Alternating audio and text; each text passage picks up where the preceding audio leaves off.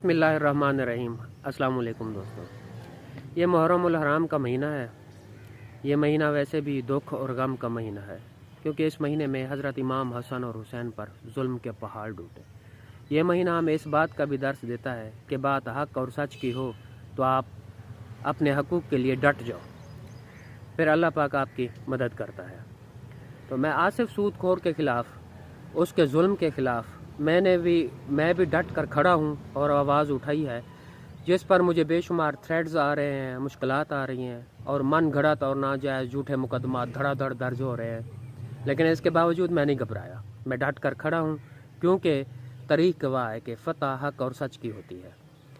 दुनिया में जितने जालिम से जालिम लोग हैं, चाहे वो फ़िरौन हो, यजीद हो, निमरूद हो, सबको अल्लाह ने तबाह व बर्बाद किया है। तो मैं इन हथकंडों से घबराने वाला नहीं हूँ। मेरे इलाके के कुछ मुअज़्ज़िन, जिनमें सरफ़हरिस्त मलिक मोहम्मद अरबी साहब हैं, उन्होंने मुझे बुलाया और कहा कि इलाके की बात है, आप का लेन देन आसिफ से है, आप आसिफ का नाम ले तो बाकियों का नाम आप क्यों लेते हो। और मुझसे उन्होंने कहा कि मेरे पास फ़याज़ुल हक़ आया है और उसने कहा है कि जी ये मेरा नाम क्यों लेता है बार बार, मेरा क्या मसला है। तो मैंने उनको बताया कि मेरा लेन देन बिल्कुल आसिफ से है। फ़याज़ुल हक़ आके मुझसे लड़ता है, मुझसे झगड़ता है, मुझे गालियाँ देता है, तो मैं उसका नाम लेता हूँ, वरना मेरी उससे कोई दुश्मनी तो नहीं है। तो उसने कहा जी आप उसका नाम ना लें, और मैं आपको कहता हूँ कि आप जिससे आपका मामला है आप उससे बात करें। तो मैंने कहा ठीक है।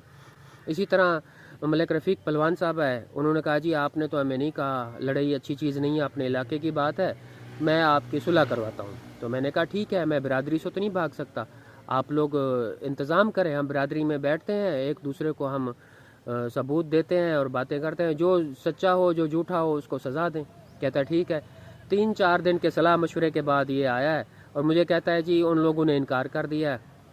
तो कहता है सारे राज़ी थे, हाजी सानुल हक़ साहब, जैद साहब और बाकी सब, कहता है सुलह के हक़ में। वो कहते हैं अपने इलाके की बात है तो हम इसको मामला ख़त्म करते हैं। कहता है लेकिन आसिफ नहीं माना, वो कहता है जी नहीं मैं सुलह नहीं कर सकता। तो मैंने कहा ठीक है कोई बात नहीं, आसिफ सुलह नहीं करता तो नो प्रॉब्लम, मैं भी अपने मौक़िफ़ पे कायम हूँ, मैं डट के खड़ा हूँ। तो अब मैंने कहा अब मेरे गवाह रहना कि आप इलाके की बात थी तो आप आए हैं, और नहीं हुआ तो कल को मेरी आपने गवाही देनी है। वो कहता है ठीक है, वो चला गया है। तो मुझे एक बात का इल्म हुआ है, इनके घर के लोग हैं, इनके अपने लोग हैं, जिन्होंने आके मुझे बताया है कि ये एक खौफनाक मंसूबा बना चुका है। और मंसूबा ये है कि एक झूठा और मन घड़त प्लान बनाया हुआ है, जिसमें ये डकैती का रंग दे रहे हैं, कोई कार्रवाई कर रहे हैं, अपने दोस्त बुला के अपने घर में ये फायरिंग वगैरह करवाएंगे, हल्ला गुल्ला करेंगे और उनको अपने हाथों से भगाएंगे। और उसके बाद फिर इन्होंने कहना है जी ये डकैती अरशद ने कराई है, 15 पे कॉल करेंगे और उसमें मुझे फंसाएंगे, और फिर जो है कहते हैं जी इस तरह करने से अरशद फंस जाएगा और हमारे दबाव में आएगा। और मैं इन हरबों से घबराने वाला नहीं हूँ, मैं इंशाल्लाह हक सच पे हूँ, मैं खड़ा हूँ, मैं तुम्हारे झूठे सच्चे हर उसका मुकाबला करूँगा।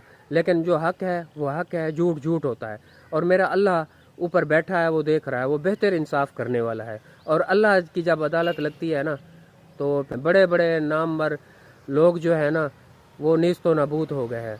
और अल्लाह के अजाब से डरो, मैं भी अल्लाह के अजाब से डरता हूँ कि जब अल्लाह की पकड़ आती है ना तो फिर कोई ढील नहीं होती। अल्लाह ताला हमें जो है ना हक और ना हक से बचाए, और इंशाअल्लाह ताला ये मुश्किलात चंद दिन की आती हैं, इंशाअल्लाह ये हट जाएंगी।